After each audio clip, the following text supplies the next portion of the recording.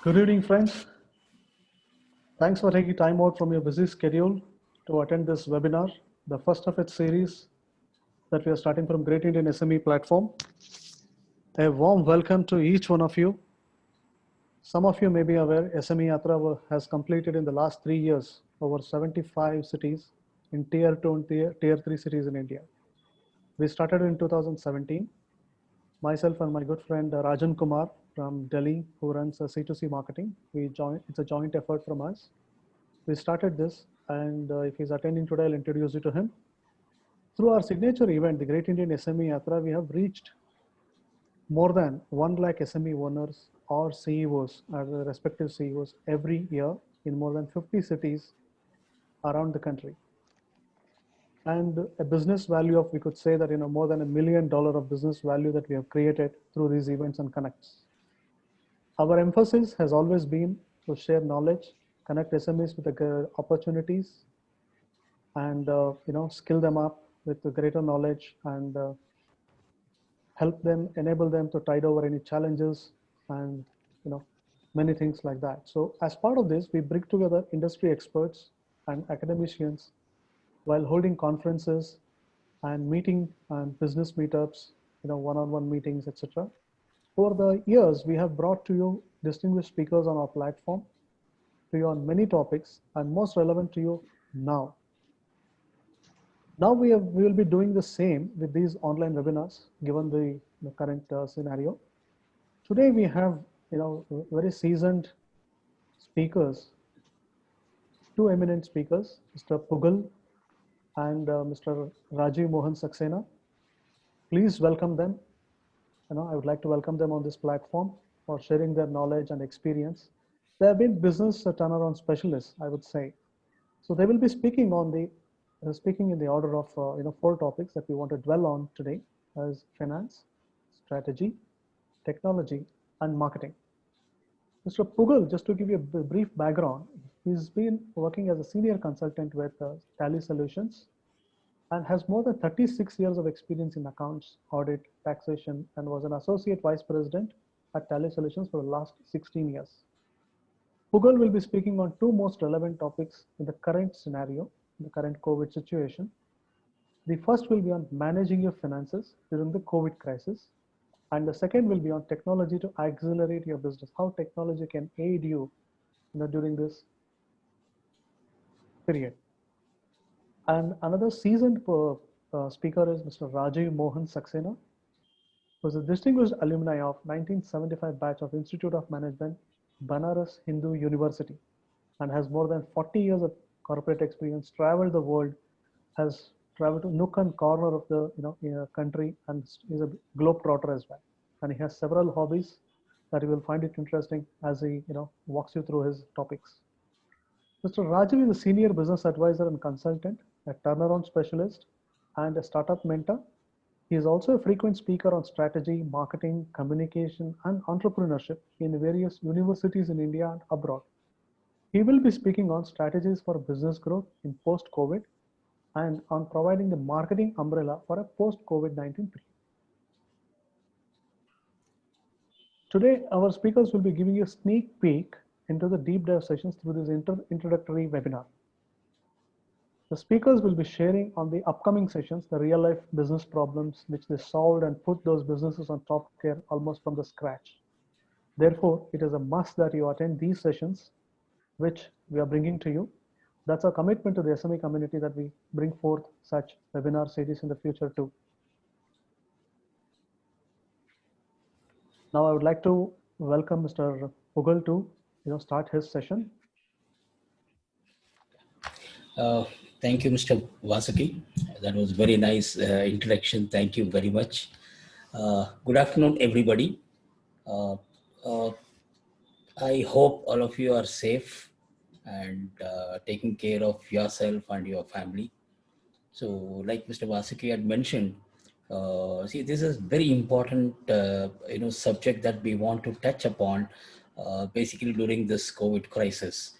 So, my core area is basically the finance and software domain.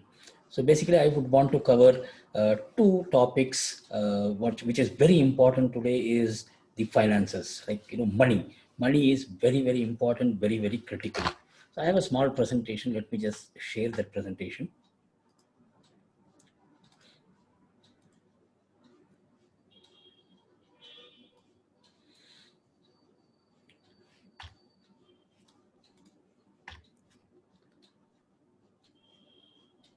Right. So the first part of my session would be, we would be discussing on how do we manage our finances. See, the most important thing is that it always happened to us that, I mean, like, where is my money?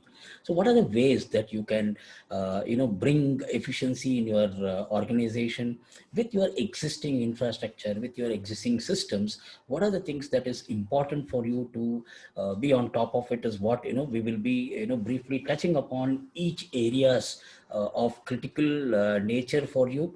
And in our deep dive workshops, we will be covering in detail with various use cases, so that you can basically resonate with your business and your current operations and all your other activities that you're doing. So basically, thanks to again Mr. Vasuki for giving us this opportunity on Great Indian SME.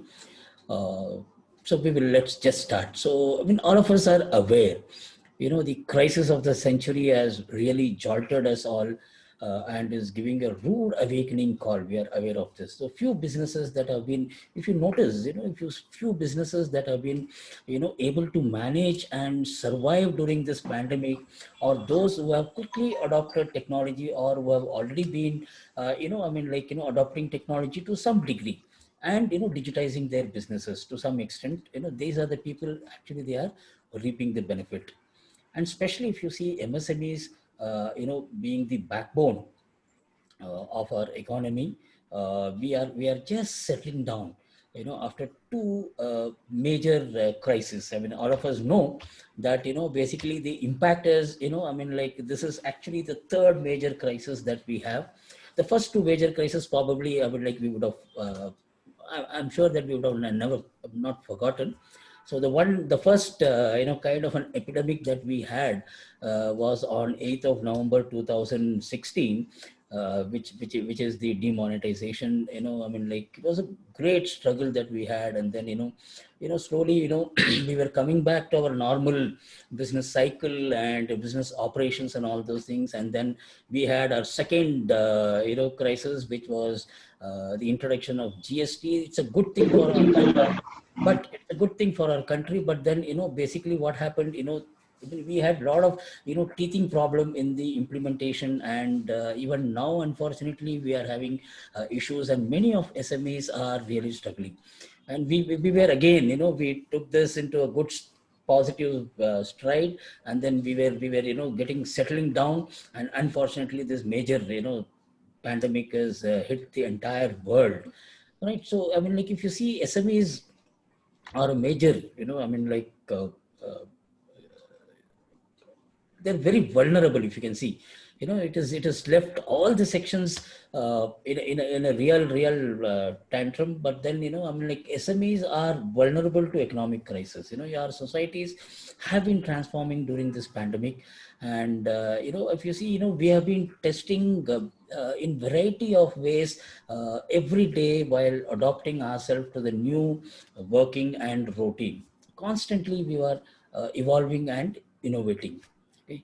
So we are learning new skills, and a large number of businesses are, trying to reinvent themselves, and, they are just trying to stay afloat, and survive. MSMEs, have to beat this crisis, and they are the pillars of our economy, by contributing close to 30% of our GDP. And if you see, the strength of MSME is, we have 6.34 crores, with almost 11 crore, I mean, like, manpower being employed in this segment. Like I said, 30% of that. But then what is that we are going to do? Right? So how do we manage our finance? That's the most important thing that we would want to, basically try and understand. Right? So let me just, I mean, like, before I get into it, you must have heard this term, or probably you yourself must have, made this statement saying that, I don't know where the money is going, right? So money saved, I mean, all of us know that money saved is money earned. And how do we manage this? How do we handle this crisis, right? So if we basically, if you see, what I would want to cover here is that, what are the three C's to take control of your business. Now here I just want to bring a small analogy to all of you. And I would request you people to I mean, like, participate. Let me just quickly see if I can see the participants list. Yes, right. So I'm going to bring a small analogy here. uh, like, for example, I mean, like, the strategy of, managing finance is like the sport of hunting and fishing. Supposing, let's assume that I ask you people, right? Would you be what is the sport that you would be interested in, or you would want to play? Like, do you want to hunt or do you want to fish? Can I quickly get some responses on the chat? So what is that you would prefer? What is that you would prefer? Very good. Hunt and fish. Very good. Cricket is fine, but only thing I'm just saying, whether you want to, do a hunt, I mean, whether you want to, play the sport of hunting or fishing. Hunting, yes. Fishing, okay. Hunting, okay. Fishing, hunting, right? Hunting. I'm getting more huntings. Yes, good. Right. So if you see, almost, I mean, like, 60% of our participant here, are, more interested in hunting. Why are we interested in hunting? Because, that actually gives us thrill, right? So what do we do in a hunting? In hunting, if you see, we chase the target, right? So we run behind the target, and then, we hunt the target, right? But in fishing, what you do? In fishing, it is very simple. What you do is, you just put one chair, and you take a fishing rod, put a bait into it, and put the bait in the water. And now what happens? You don't have to run behind the target. The target is going to come to you, right? If you take this analogy of hunting and fishing, right, in managing the finance, hunting, I would just want to, this is my thought process. I mean, like, I would want to correlate hunting with, the finances. In the crisis, what are we going to do? You are going to basically look for additional finances, banking and various other. Now with this corona, our central government and state governments are coming out with various schemes to help the SMEs. So that's one way of, I mean, like, managing your finance, which is where, it's easily available, and then, we go and get it. But then in case of a fishing, what happens? Like I said, fishing is something where, you get your target. And if I can correlate this, hunting is basically where you uh, acquire additional working capital through external loan. And fishing is something where you can have better control over your hidden or your sunken cost. Now this is the core, the discussion that we will be talking about. What are those sunken or hidden costs? How you can manage this cost is what is going to be the theme of this section of managing your finances. Now if you see, the three C's that basically, requires is, one is definitely, yes, your cash flow management is going to play a very important role. What are the things that you would want to, manage in your cash flow? Very important aspect is, yes, managing of your receivable and payable, right? So we will be discussing in detail with the use cases and various, combined, methodologies. What are the things that you can adopt to manage your receivable payable better, and you can be on top of your receivable and payable. Then managing your periodic payments and receipts. There are a lot of, commitments which are there, regular, recurring in nature, which are fixed in nature. How do you have a better control over them? And what kind of tools that you can use to have a proper visibility, which can give you a better cash flow management, and you can have a better cash projections. The second aspect of it is, yes, I mean, cutting cost. Cutting cost is one, yes. I mean, like there are was certain costs which are, right in front of us and it is visible. The most critical aspect is the sunken cost, or, these invisible cost. How do you manage them, and how can you be on top of them? And what kind of processes and systems that you can bring in to have a better control over these expenses? Right, so those are the things that we will be seeing. Like simple example is, what are my hidden losses or return on investment in case of my overdue outstanding, is what we are going to see. The other aspect of the cost cutting that we are going to see is basically the inventory management. Like how can you have a lean inventory management? All of us know that, the longer the inventory is in your organization, that much of your working capital is getting blocked. Right. So what systems, how can you use your systems? How can you change your processes to have a lean inventory management, is what we are going to see. And the most important thing is that, I mean, it's very critical now for you to choose the right technology. And my second part of my session is basically we will be talking about how do you choose the right technology, or whatever is the technology that you are currently having, how do you leverage them, is what we are going to see. Right? So if you take I'm just going to give you quick idea of what are the things that we would be, basically, handling in these areas of managing your finances. I mean, all of us know that cash is king, right? So, what we would see is that how can you set up using your systems and processes? How can you have a default credit period so that, on a daily basis, what are the monies that are going to come, and where is the money is going to come from, and where it does needs to go to, and how much needs to go, and when and how much is what, it is very important for you to track. So, setting up of credit limit, where it can basically give you a visibility and also block any outstanding beyond a certain credit period that you can devise and set it up during this system. And the third is basically, I mean, like whenever, I mean, like you are making an invoice, if it is exceeding if it is overdue, basically we will see if it becomes overdue, how do you now manage them, and, I mean, like get the notifications or information from the system, is what we are going to see. Then the other one is basically very important aspect. This is one of the key area of tracking your loss of interest, or, the loss of return on investment on the overdue outstanding invoices. Now, the other aspects of it, which basically we were talking about, how do you leverage these, I mean, like these bill-wise? I mean, if you see, if you are managing through bill-wise detail, I can just take an example of Tally, where you have this module called bill-wise detail in Tally, where you can leverage this feature for various other things, like, non-trading accounts also you can manage bill-wise. This is where it helps you to track all your loan payments, your monthly EMI. Okay, every aspect of it can be now tracked month on month. Okay, those are the things that you can do it. And also, you can handle your loan installments. If you have a loan where you need to make a payment on a regular basis, like on a monthly basis, how can you handle those information, is also going to help you.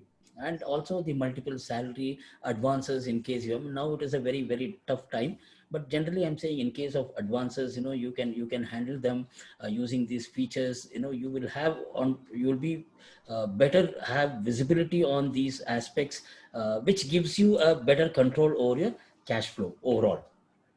And now this is again the how can you set it up quickly to have a visibility on the loss of return on investment? How can you manage this, and what are the things that you can do? So if you can see in today's case, what happens, you cannot actually, I mean, like charge interest on the overdue bill, and especially during these period, it is going to be very, very difficult.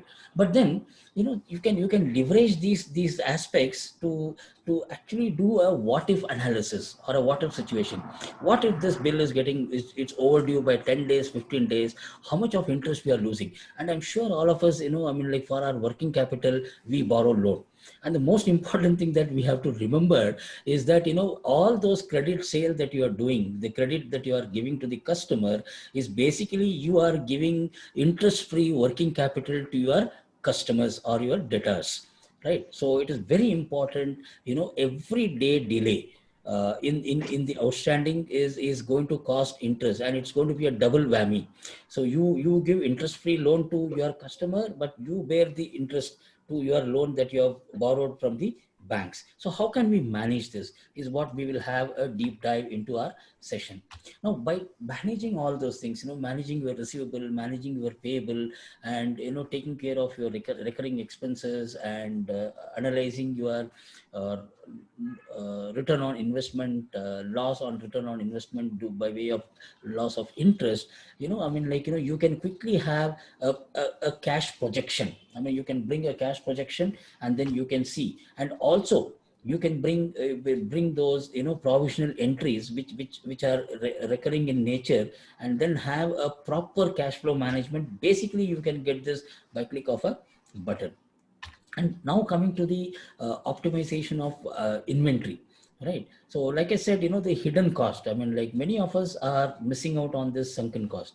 So the most important thing that we need to basically ask, especially in case of inventory, is what are the items that are fast moving, slow moving, non moving? Do I have a visibility on these fast moving, slow moving, non moving? And can I have information which can give me an age wise analysis of how long have I been holding this inventories, and what measures need to be done? So these are some information which gives you to take an informed decision, so that your main focus is going to be on how soon you can have cash on hand.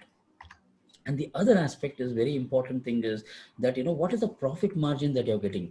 Do you have a visibility? If you're dealing in say about 20-30 products, which product is giving you better profitability? Do you have a visibility of that? And what that this basically allows you to make a better decision, so that you can use this Pareto's principle, right? 80-20 rule. So the product which gives you, generally if you see 20% of your product is going to give you 80% of your profit, right? So what are those products that you need to prioritize? What is the product that you need to concentrate? Now, these are some of the like information that you're going to get from your own business data and your inventory system. The next one is, do you know your committed supply? When like you have committed supply, so when are you going to supply? Whether you're going to, whether are you ready with your inventories for the supply on time is one area that we can see. So we will be having various aspects for this to track. Then what are the items that is required for you? Have you ordered those items as required? Are you getting those inventories that you require as per your schedule?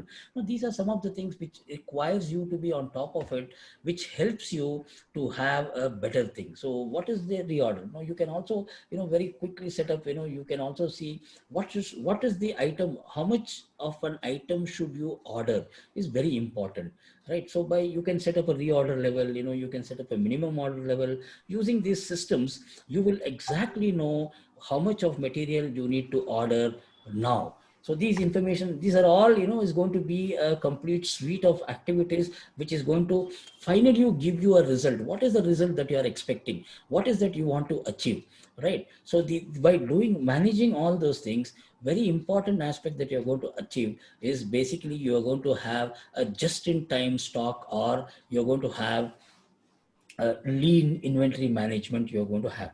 So this broadly, these are the areas that we will be covering in our like a workshop, where like I mentioned earlier, we will have a lot of things with a use case, and how do we set up with a software, without a software, using an Excel, what are the things can be done, is what you will get an exposure, and you will also get a practical an experience of how you can manage this finances.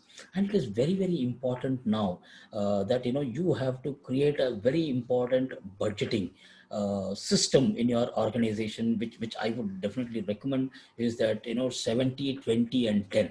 So 70% of your revenue or the finances you need to manage for your operations of your business activities, and definitely you need to invest 20% of the revenue for like building a stronger technology and digitized organization for yourself.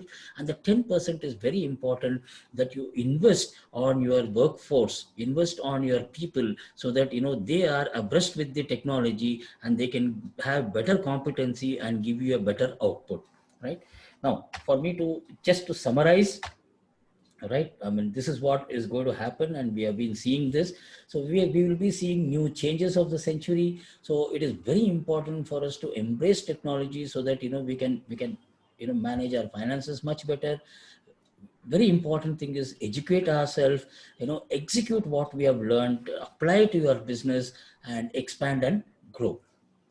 So the three mantras, what I would highlight here is basically is that we have to definitely awaken to this situation and see how we can arise from this pandemic or the crisis. And most important thing is that how are we going to act to move our business to the next level, so that we are prepared for industry 4.0.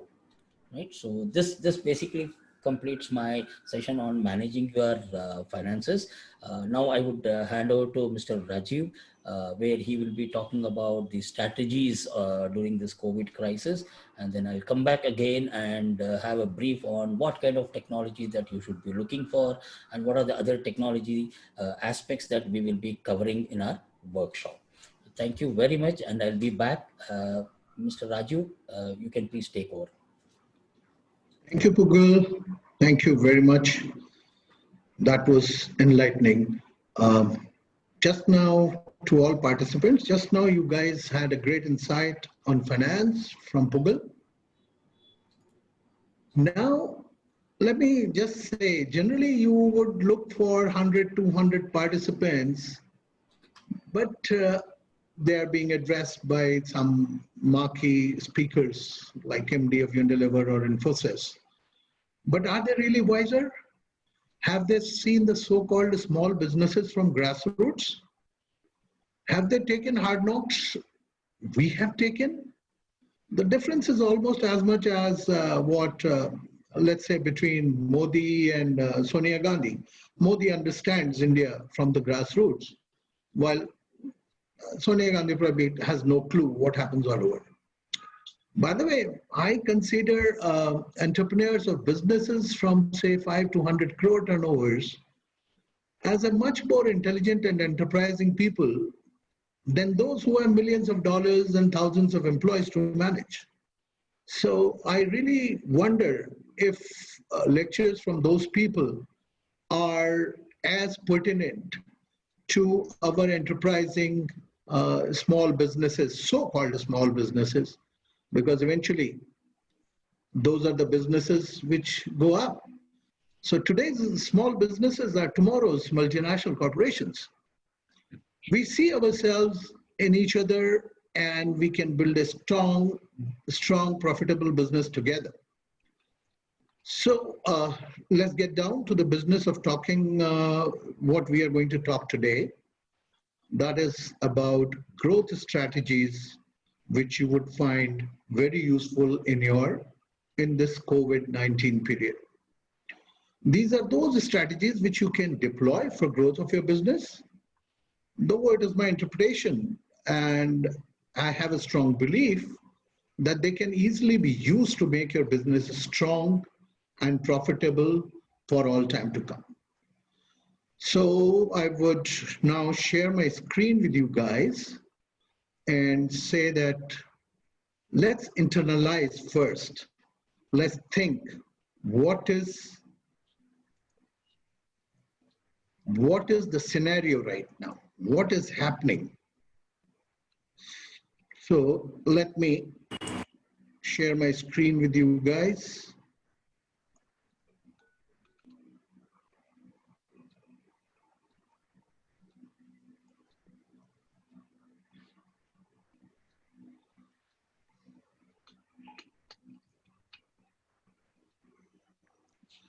Well, take me a moment.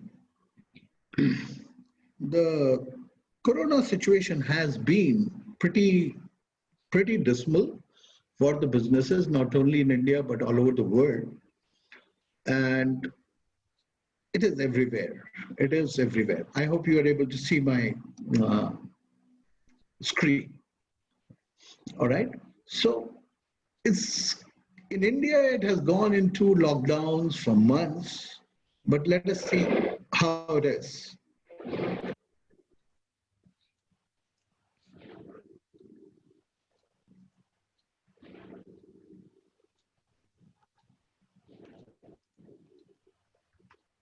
It's all around. We can see it everywhere.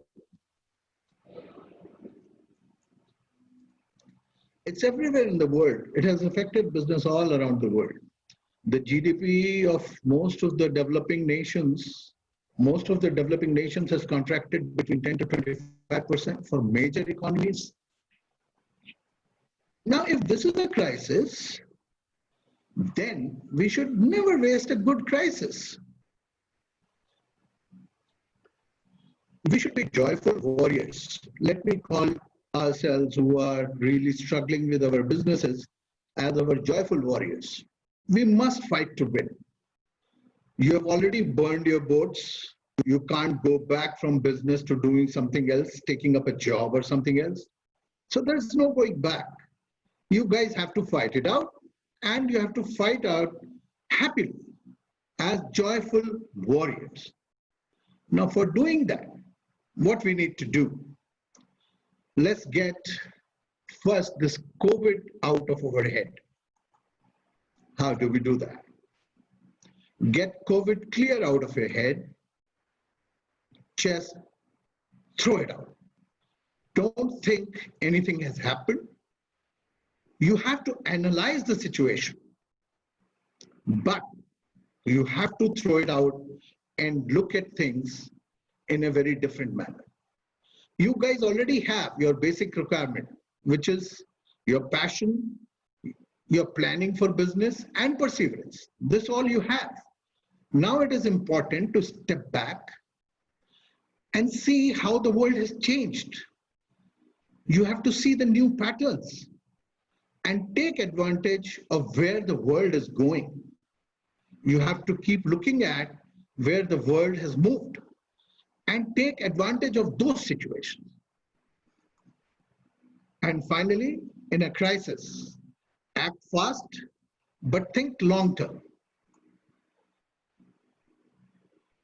Also, never waste a good crisis. The best things come out when you are in a crisis, because there are so many normal hectic business days where you could not do so many things which you wanted to do. But now you have time to think strategically, think logically, and take those actions. So my first submission to you guys before I start talking about the strategies per se is that you guys first do not be bothered that this has happened, that has happened, and this is going to kill you. Nothing is going to kill you. You are going to find different ways and different ways of doing things. Okay, so let's get to what we are on our core subject, that is strategies for growth for post-COVID-19. Okay, so let us see this. Strategies for business growth for post-COVID-19 period. Now the question here is, what is a strategy? What do we think about a strategy? Is effectiveness is a strategy? You know, keeping your production down, produce only those products which are fast moving, and don't give credit to bad sundry debtors, to bad parties. Is that strategy?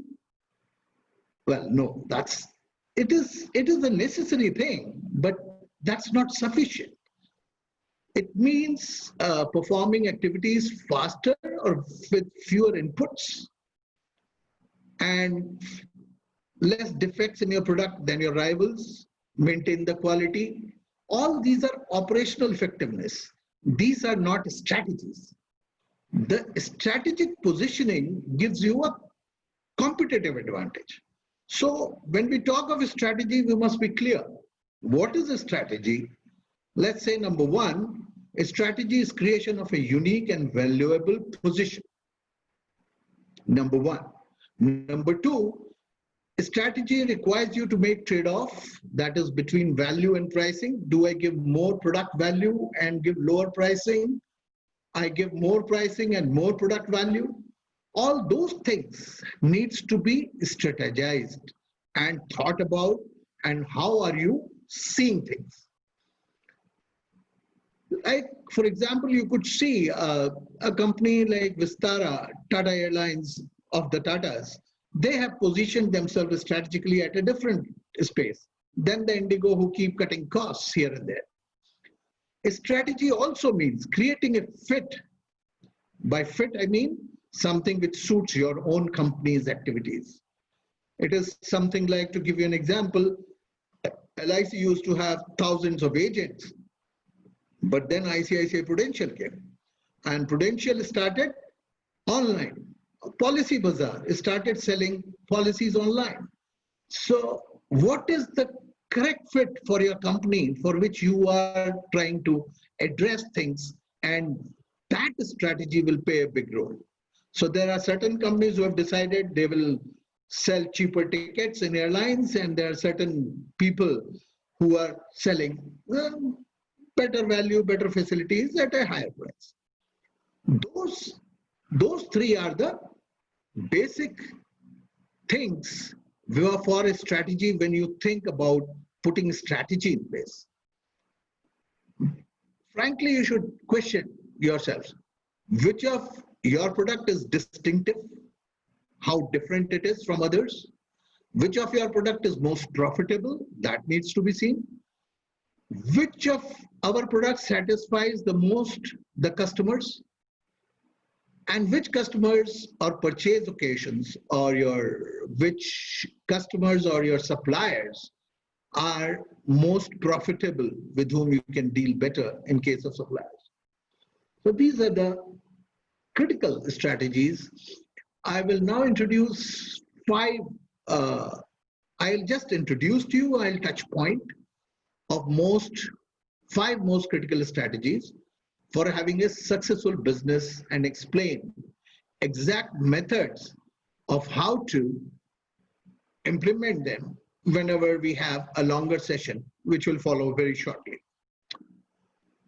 But you will ask me, why shall we talk about these big theory things? How do I shoot my problem right now? How do I do the damage control? How do I minimize losses? How do I survive this pandemic? But these things, the answers to these questions are managing your business in the present, which is basically operational effectiveness. So how do you shoot these problems? Well, I may have 30, 40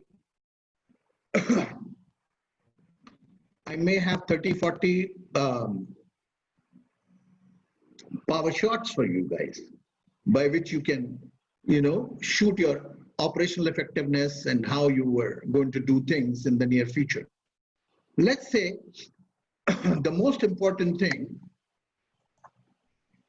the power shots I'm looking at are, if I sit down and list, there would be about 40, 50 of those.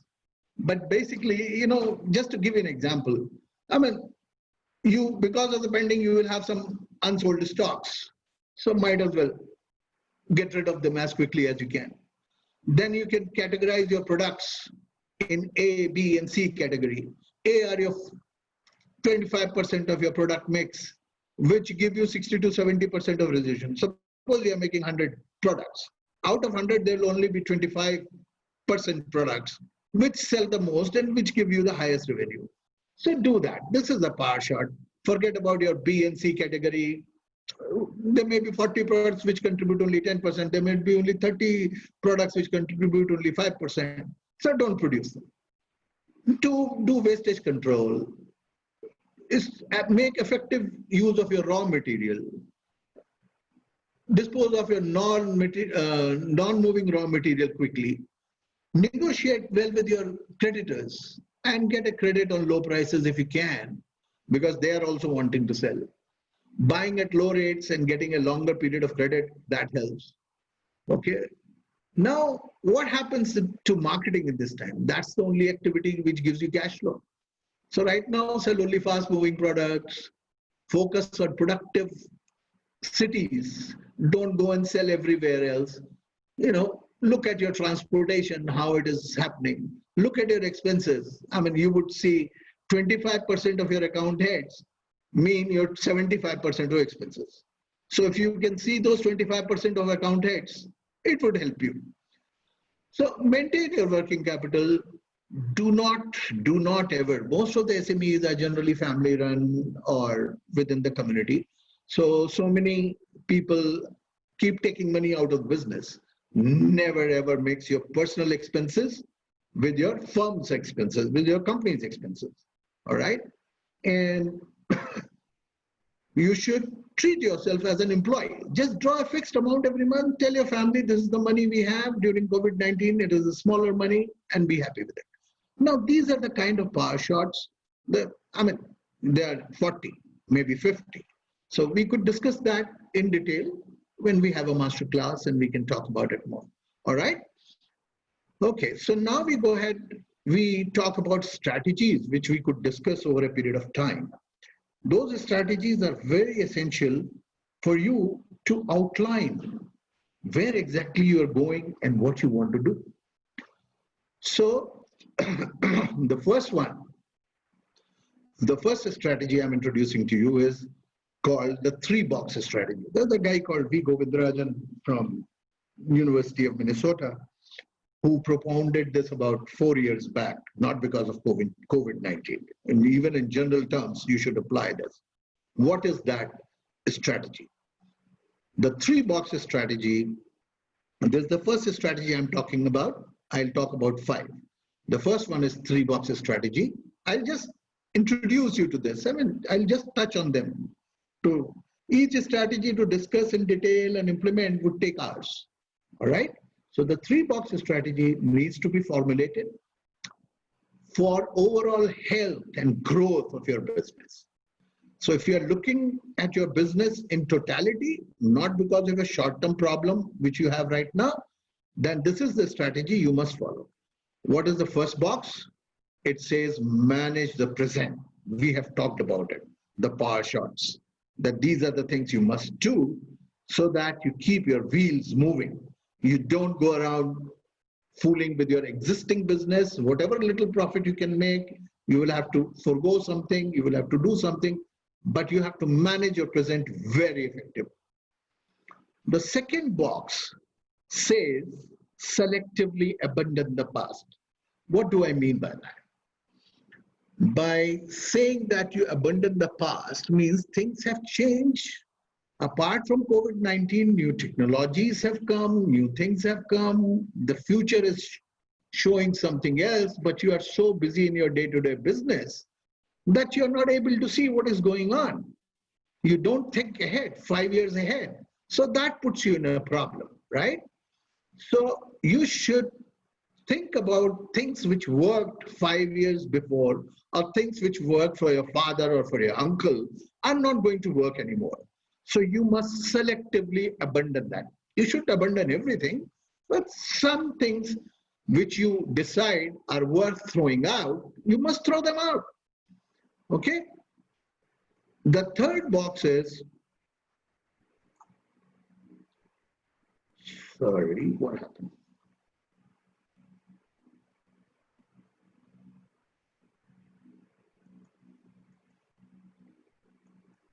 Yeah. The third box is about creating a future.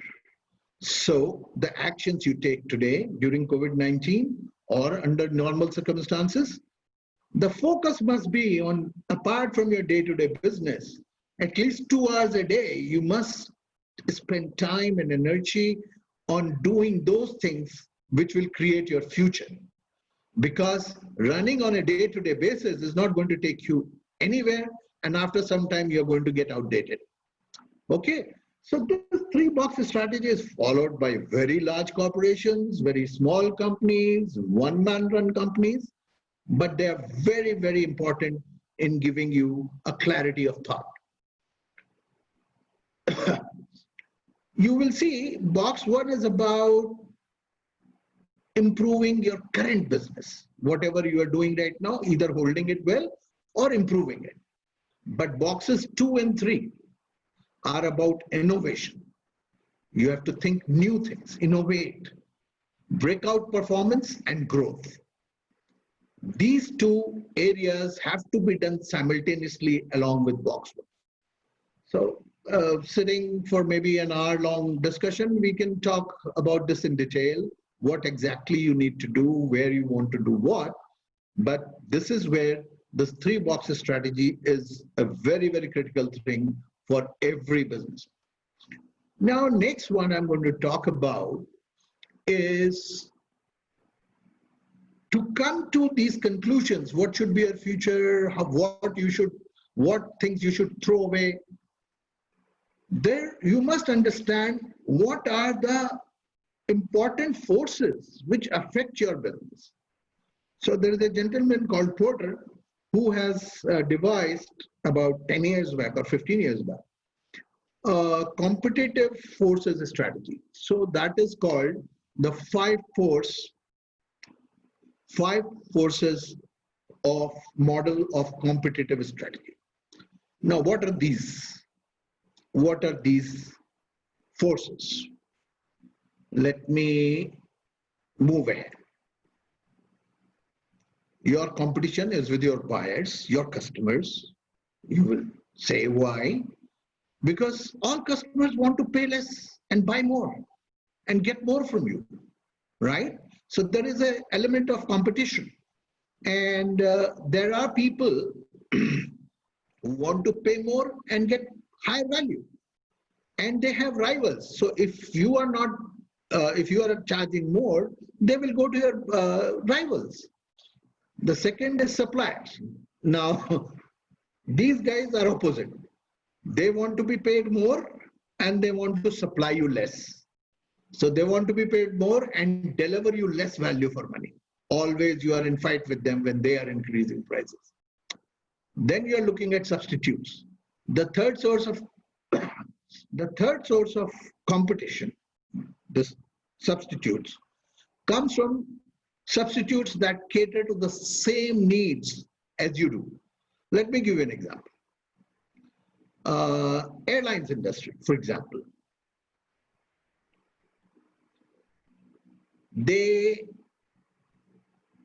For them, the buyers are the masters. They want to buy the cheapest tickets.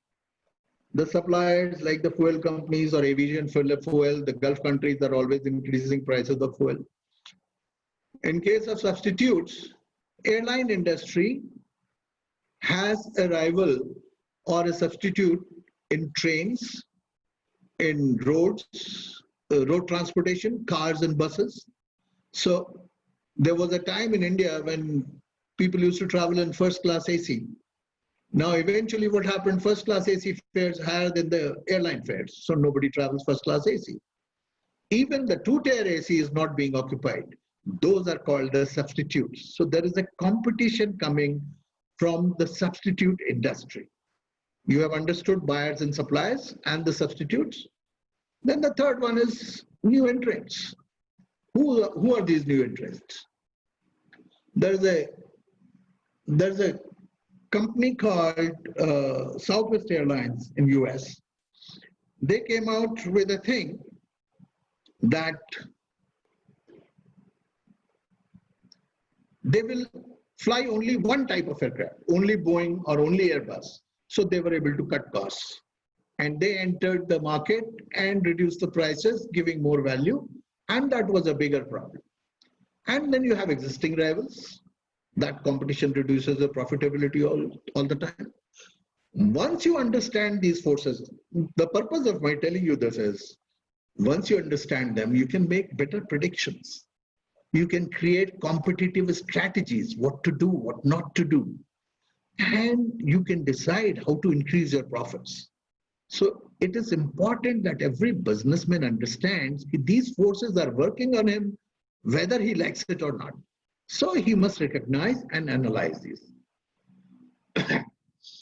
Most people think that competition is only about being unique, but not being the best.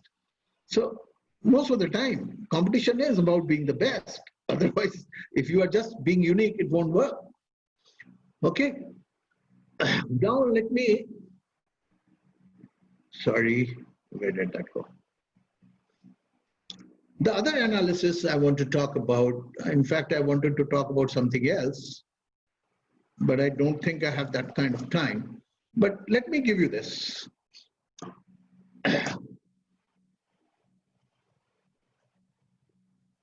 There is a thinking that why do you exist? Why do you do business in the first place?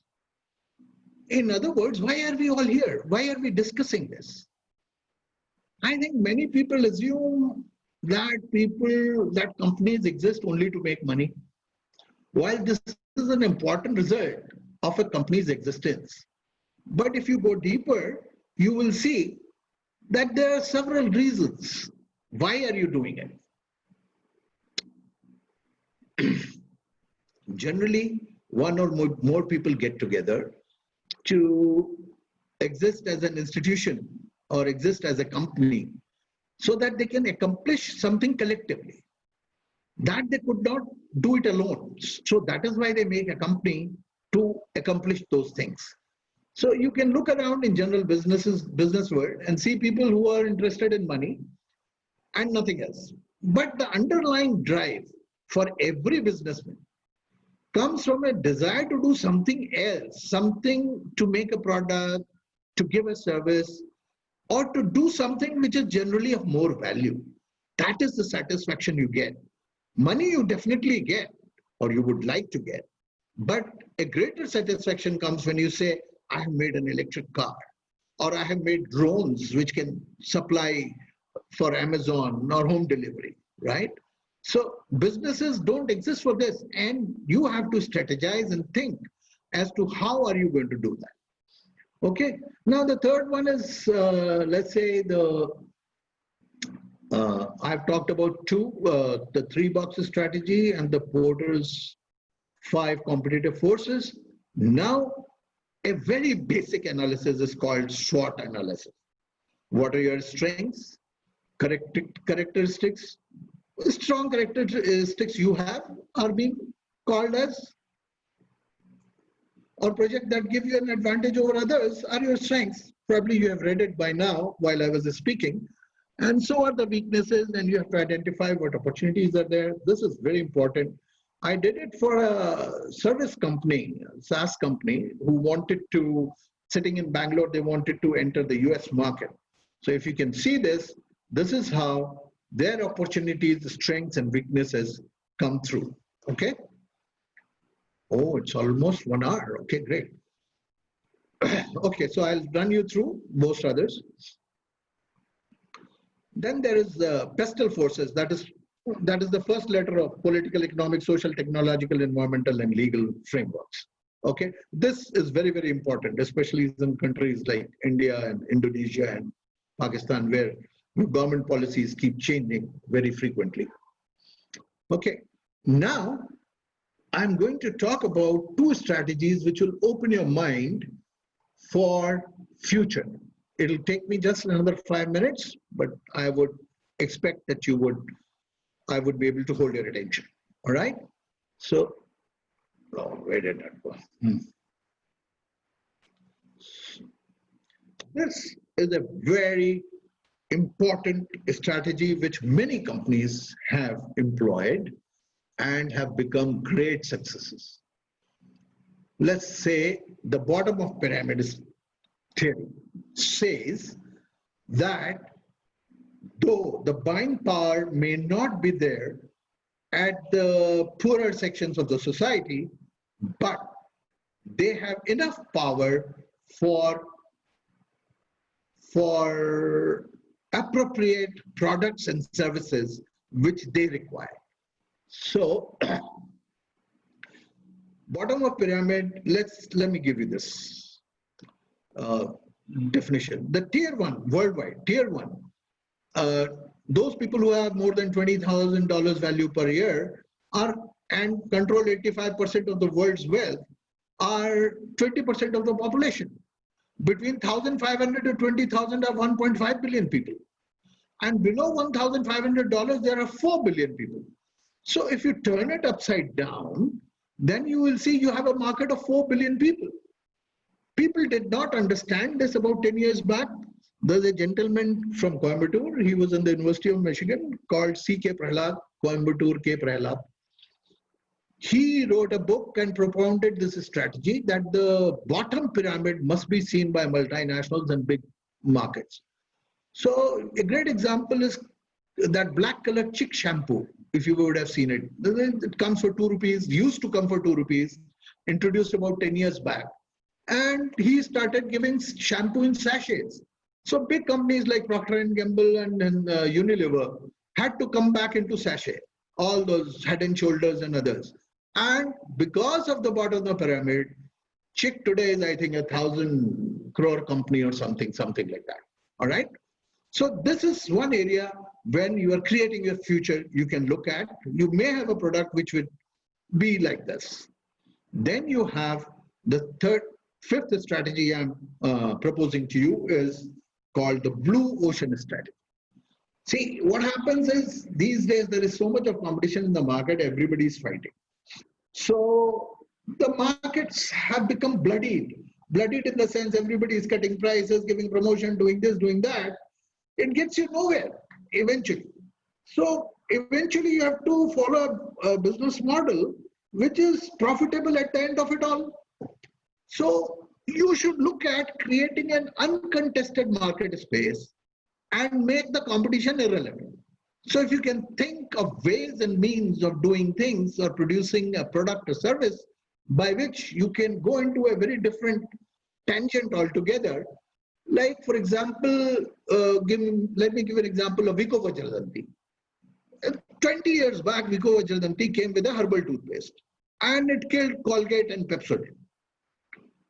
Eventually, the big thing came from Patanjali. When they came with herbal products and Patanjali toothpaste, toothbrushes, and so many other products, Patanjali today is a 10,000 crore company. So they created an uncontested market space with Ayurveda and herbal products by the market which was dominated by likes of Cadbury's, Bournvita, Nestle, Procter & Gamble, Unilever, these are multinational. There's no Patanjali in UK, right? But all the 200 countries of the world know Unilever and Procter & Gamble. Pepsodent and Colgate is known everywhere. But see, in India, Patanjali and Vico Vajradanti are great. So this is what I mean by blue ocean strategy. I will close, but I'll just show you one or two things. I'll just run you through these 3-4 slides which I have. So you don't compete in an existing market space, you compete in an uncontested market space. In a longer session, I'll talk later. Okay? So here is what you have: the red waters or muddy waters and the blue waters. What happens in this? If you want to go from here to here, you start moving in a boat around, crossing the red waters and coming into blue waters. And if you do that, your company sales and profits go zoom past you. So creating an uncontested market space, how to create, what is value innovation, what is strategy canvas, what is sequence of creating a blue ocean, all this we can discuss in a masterclass. All right.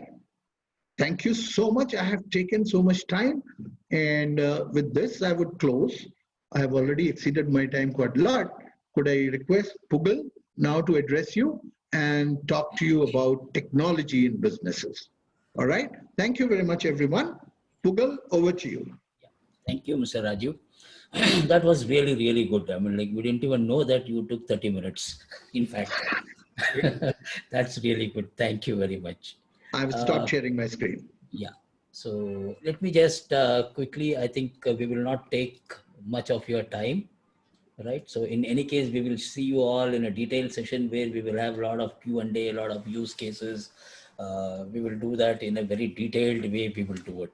So basically what we would want to bring here, I mean, like, you know, the first 2 sessions that you have seen, basically gives you an inkling or an idea of how technology can aid to accelerate your business. And it is very, very important for you to be future ready. Like I said, the whole world is talking about Industry 4.0, but then is your business 2.0 from the current situation?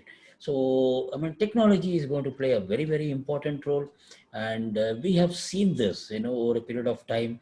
And one good thing, like in Mr. Rajiv's, slide, basically what he was telling is that, don't miss the opportunity of a crisis. It's a very, very nice thing. See, because every crisis gives us an opportunity. And I believe that, I mean, like we have enough time, and we have, you can spend, I mean, like you can invest a lot of time now in trying to see how you can, build up that, technology for your organization. Just to give a quick, I mean, like statistics of, where do we stand as of today. If you see, there was a recent survey happened where it says 70% of our MSMEs are still offline. I mean, like this clearly indicates that, majority of our MSMEs are not tech savvy, but they are tech shy.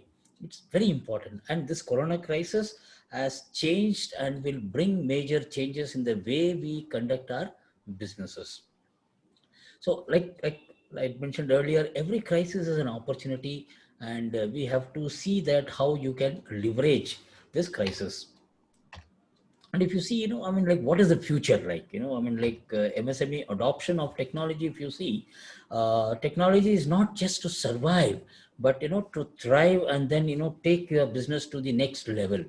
If you see today, there are many technology oriented solutions that can help MSMEs to overcome crisis. Uh, as social distancing and online is going to be the new norm, we have to find ways to resolve in-person commerce. I mean, like, I mean, like, this is what I had, started off with my previous session saying that today people who are surviving, if you see, technology and digitization has really helped them. Right. So, and especially if you see now a good example of how people are, quickly adopting to the technology. A very good example is, the restaurants, they are tying up with this online delivery services, where, I mean, like, they are able to now survive. Right. So that those are the things that, basically is required. And if you see, technology as a business, you have two arms to your business, or you can call it as two eyes of your business. One is definitely your business technology, which is basically takes care of your primary business activity, which I can say that, handling your finances, your inventory management, and your compliance aspect of it. The second arm again is very important, is that the other associated technologies, which are, basically digital inform, majority of them are digital inform. How do you leverage this, and how do you bridge these two things so that you get a better control and have a better operational efficiencies, and effectively you are able to manage your business. If you take, there are a lot of things that we will be discussing in our detailed session. If you see the key accounting aspect, I mean, like, we think, see, for us today, for many of us, accounting is something where, you make your purchase entry, your sale entry, your payment entry, your receipt entry, and accounts is done. Right. So today, I mean, like, dependency on technology, and especially, dependency of data has become very, very critical. Right. So we must have heard this, terminologies like IoT, big data, and so many other things. I mean, like, the data speaks the truth, and it breaks the myth. So how do we leverage, like, whatever is the software that you are having, business solution software, anything that you are having, how do you leverage this? Like, one is that, how do you manage your outstanding, which is where we were talking about in our previous session, that how do you manage your finances. Now, again, a technology is going to play a very important role for you to manage your finances well. And what are the kinds of, do you have consider, if you have multiple businesses, multiple divisions, you want to track multiple entities, how do you get this information? Because these are all additional, basically we call this as MIS, management information system. How you can build it apart from your primary finance and your accounting requirement. and invoicing. And basically you need to have an integrated system. And do you, there, do you have a system where you have a better, control or budget things, and see whether you are, as per, their expenses and various activities, whether you are, exceeding your budget or whether you are within your budget? How does the technology helps you? Banking aspect of it, right? So how do you integrate your banking activities so that, there is ease of commerce for you, right? And we have seen that, the online payment is taken a big leap and jump in this past 4 5 months. We have seen this. And when coming to the inventory aspect of it, then how do you have various storages and classifications? If you are into a perishable goods or pharmaceutical goods, how do you manage business, batch wise detail?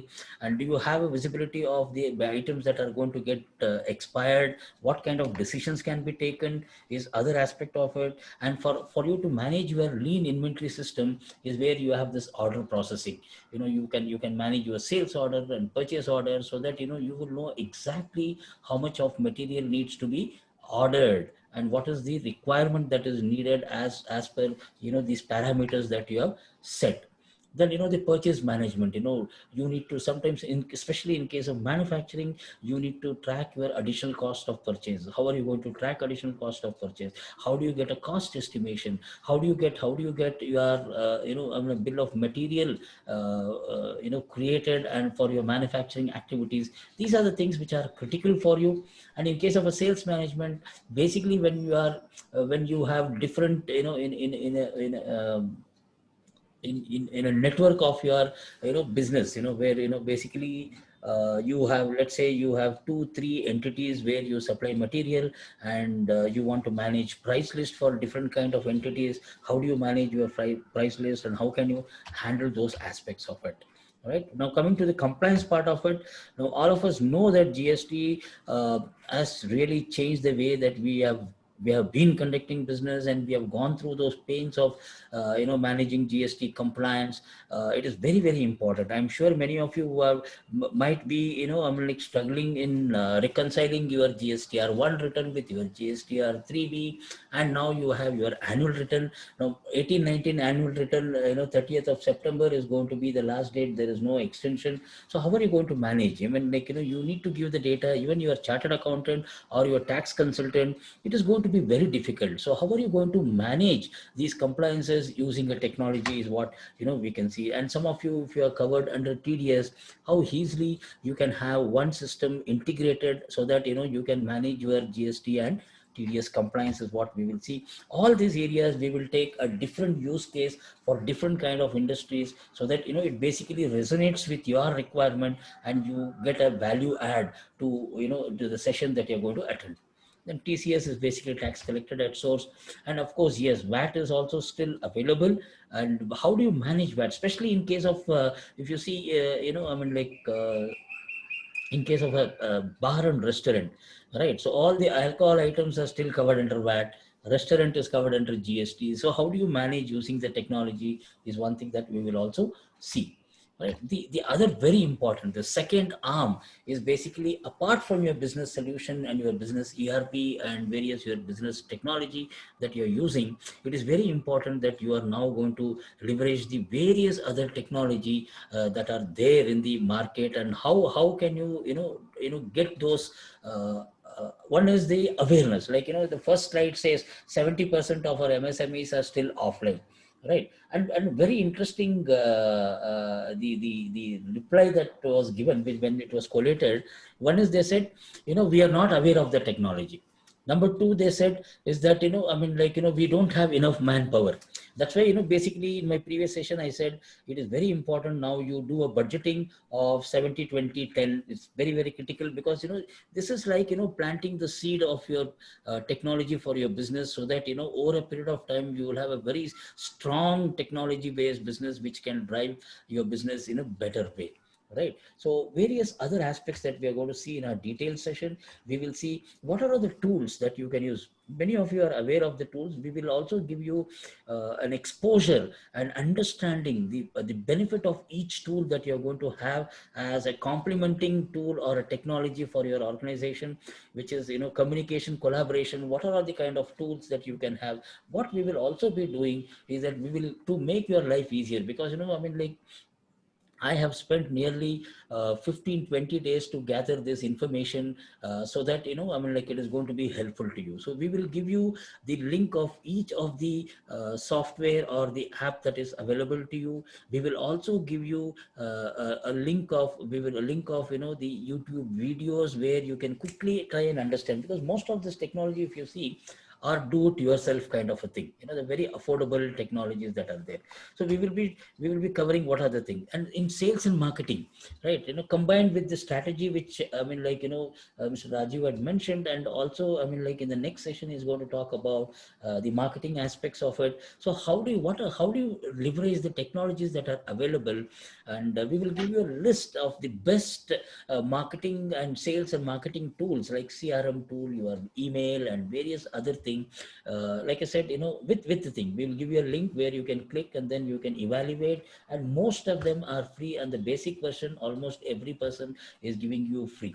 To start with, for you, it becomes very easy, right? Then also we will be discussing and then giving you an exposure about the advantages, exposure, and how you can make use of it. So that's the whole idea. I mean, it's not that you can go to Google and then get any number of these things, but then we would relate, saying that each tool, each productivity tool, each area of this, we will say that in what circumstances, in what area of your operation that you would need to use them, and how it is going to be beneficial is what we are going to see. The whys and whats of this is what we will be doing in a detailed way.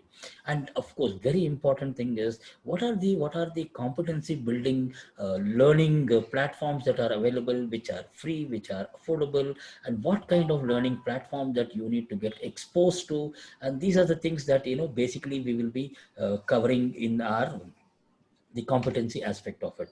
And the e-learning platform, which I was talking about, couple of example is that how do you manage your YouTube, what are the things, where are those important critical sites that you can go or see, and those are the things that we will be covering. And what are the different kind of tools that are available in Google, and how you can make use of them, and integrate it with your the current operations and activities. And other learning platforms, we will see most of them is going to be, and in fact Google has a learning platform where currently there are about 136 programs where you get a certification, which are all free. So all this we will be seeing in detail, so that you can build the competency of yourself and also your people, so that you have an effective and efficient workforce that is going to manage your business. To summarize again, it is very important that we learn. The moment we learn, we are confident. You need to lead, and the goal that you need to aim for is to, how do you levitate? How do you move to the next level, which is a surprising aspect of it for every stakeholders that are there. Right. So these are the things that broadly we will be covering in our sessions, and due to paucity of time, basically we would want to just give you an idea of what is that important thing that you need to know, and how much of this information is going to be critical for you, so that you can go to the next level of understanding. All right. So I would now again hand over to Mr. Rajiv, who will be, I'm going to quickly walk through the marketing aspects of it, and then, I mean, like, we would invite Mr. Vasuki to make some very, very exciting announcements. Thank you all. Thank you very much. And over to you, Mr. Rajiv. Hi, thanks, Pugal. Hello, everyone again. How are you guys doing? See, once again, you heard something very, very important in technology, because without technology, unless you know how to run an email and how to see things on an Excel sheet, nothing can be done. All right. So whether it is marketing or production or processes or HR, everywhere technology is required, which has been very nicely put in its complete areas have been covered by Google. Okay, now for marketing, basically I needed to talk to you for maybe more than an hour or half an hour at least. But I think now I have only about 10 to 15 minutes. So I will very quickly run you through what all marketing entails, why it is so important to any business, and then probably in a later on long-term session, we can talk in details. Okay. So I would just take about 10, 15 minutes maximum. Okay. So now I would go on sharing my screen with you guys and then see how it goes.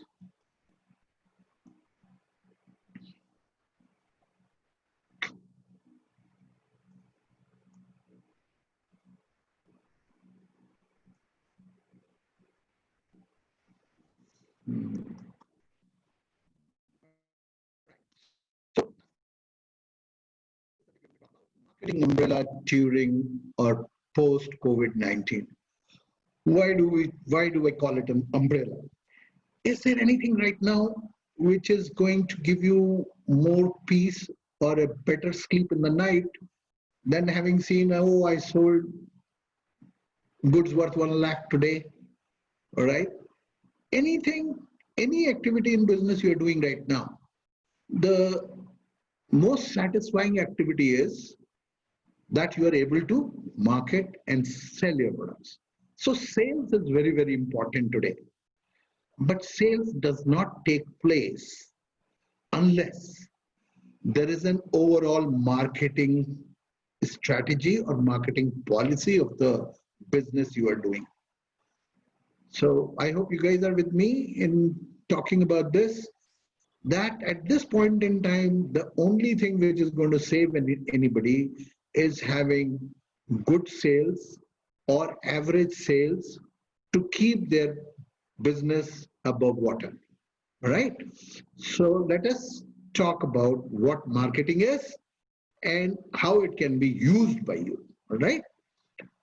So let me first go.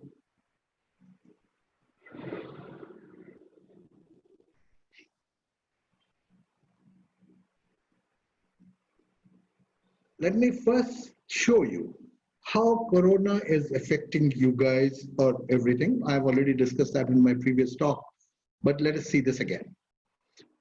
There are dark clouds all over. Nothing is happening. No buyers in the place. All malls shut. All picture halls shut. There's nobody shopping. Nothing is happening. So everybody is trying to do trial and error. Even for very odd items, they say we will sell it online. We will do something. We'll take some platform and we'll start selling. So very fancy or odd items which were never sold online have been selling online. Suddenly you find apparels or clothing, especially ladies' clothing, is selling at least 10 times over than what it was selling earlier. Earlier, people wanted to see, look and feel the product before they buy it. But now what has happened is people are unable to go out, so that is what is happening. Everybody is trying this, trying that, they're doing trial and error. This may work, this may not work.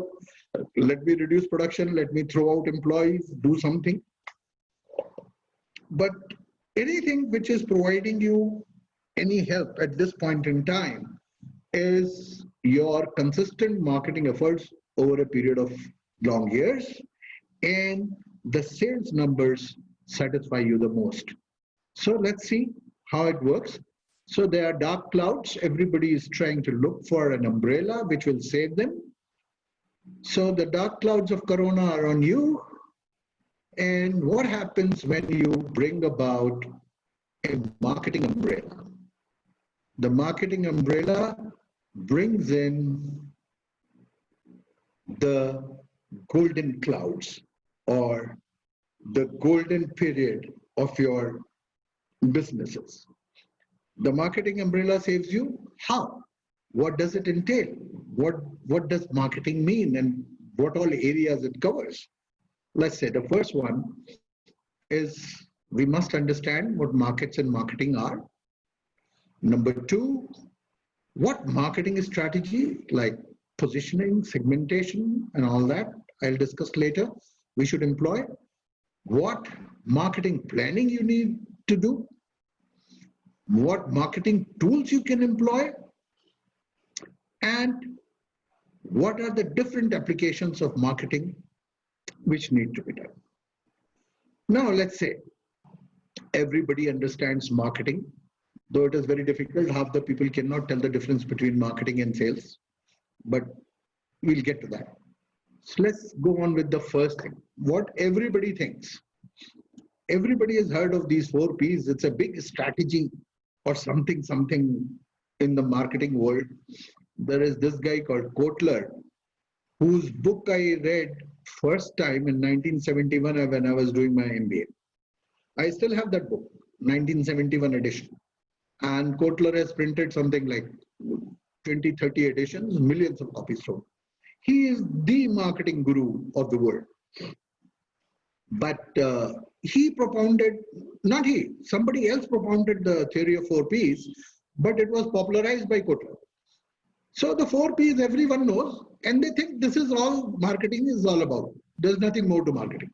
You should have a product which should have better functionality, appearance, warranty, quality, packaging, you can do that. Pricing, you should have good selling price, discounts, payment arrangements, price matching services. In place, you should have your distribution channel, logistics, service level, location, marketing coverage. I'm running through it quickly. Later on, we'll do that. And very recently, after arrival of most of these software companies who are providing you applications, SaaS companies, service as a software, they have come out with another idea called people. They say, we will call it this thing. With people, you mean what service you have provided, what attitude you have, what kind of customer service you are giving, especially these telecom companies like Vodafone and Airtel, they're after you. So the 4 Ps have been increased to, people have increased it to 5, depending on what industry they are in. So everybody thinks this is what marketing is all about. This is only 10% of what marketing is. So unless you have a proper understanding of what marketing, whole umbrella of marketing has, it can run companies. Nothing else works. If you don't have marketing, you can't manufacture. People think, I have put up a factory, I am manufacturing. So manufacturing is my activity. But manufacturing is useless if there is no work. So first the marketing has to take place. First he has to do market research, he has to do test marketing of the product, and then you put the factory. Before that you don't start the construction. Okay, so I'll just give you a full idea of to how, what are the areas where marketing is.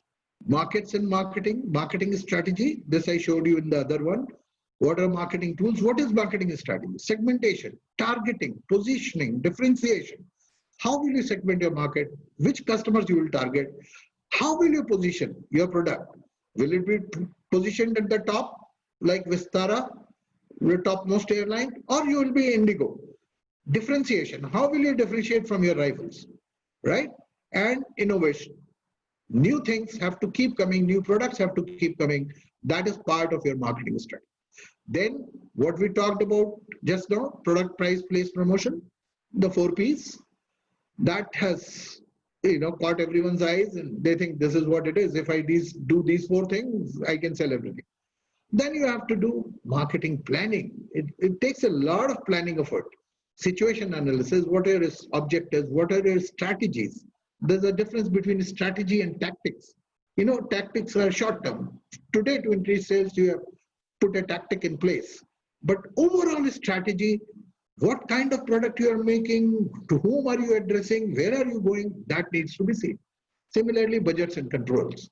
And applications are different in different places. Why I have shown this internet marketing in red here is because you have to do all those things, right?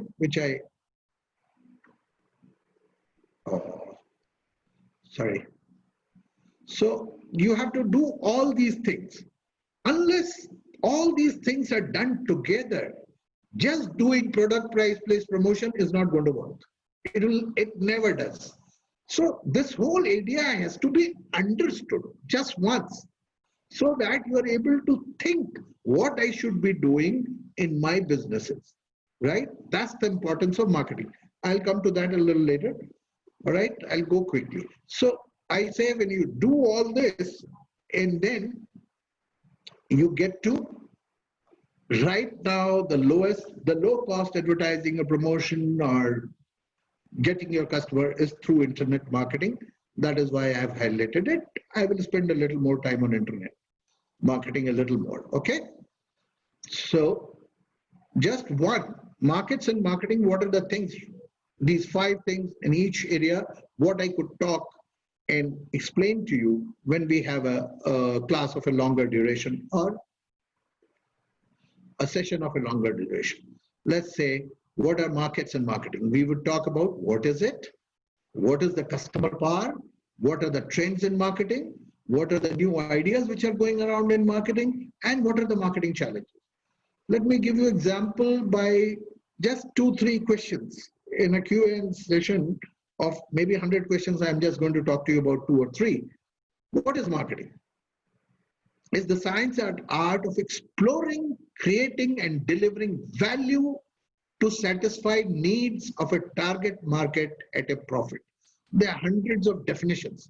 Don't bother about definition. Exploring, creating, delivering, and satisfying the needs. That is what we are talking about. Okay? If you can keep reading, that'll be very nice because I don't have that kind of time. It pinpoints the market segments that companies capable of serving the best. Now, who is not understanding it? It's a terribly misunderstood subject in the business circles. Companies think marketing exists to support manufacturing. The truth is reverse. The manufacturing is supported by marketing, not the other way around. What makes a company is its marketing offerings and its ideas. Manufacturing, R&D, finance, all other departments can all be outsourced, but you cannot outsource your marketing. All right? Marketing is too often confused with selling. It is only the tip of marketing iceberg. It is a far more comprehensive process than selling. All right? Selling starts only when you have a product. Marketing is the homework a company does before, like what people need, what they should make, how to launch, price, distribute, and promote. Okay? What are the key processes? Opportunity identification, new product development, customer attraction, customer retention, and loyalty building, and order fulfillment to customer satisfaction. All right? This is what marketing entails. Then some CEOs see marketing as a department, but instead, marketing must drive a strategy for each business unit. A company has only 2 functions, innovation and marketing. If they can do marketing, if they can do innovation, they can run the company. All right? So now I come to what you require right now, digital marketing. In a longer session, we'll talk about it, what, why, and how. What is internet marketing? Are you ready for it? Even your children say they don't have enough Wi-Fi in the school. Catch the next wave before it catches you. Digital marketing is actually caught the market. If you haven't done it already, you are already too late. Why should you do it? Because it works. Because if you advertise on TV, you get 17% viewership. If you do it on TV and online, you get 45% viewership. What are the customer tools? Customer processes, brand awareness, message association, brand favorability, purchase consideration, and actual purchase. Branding, acquisition, direct response, customer relationship management, for which you can use digital marketing. What are your tools? CMS, content management system, search engine, web analytics, and communities builder. These are the tools a digital marketing person can use.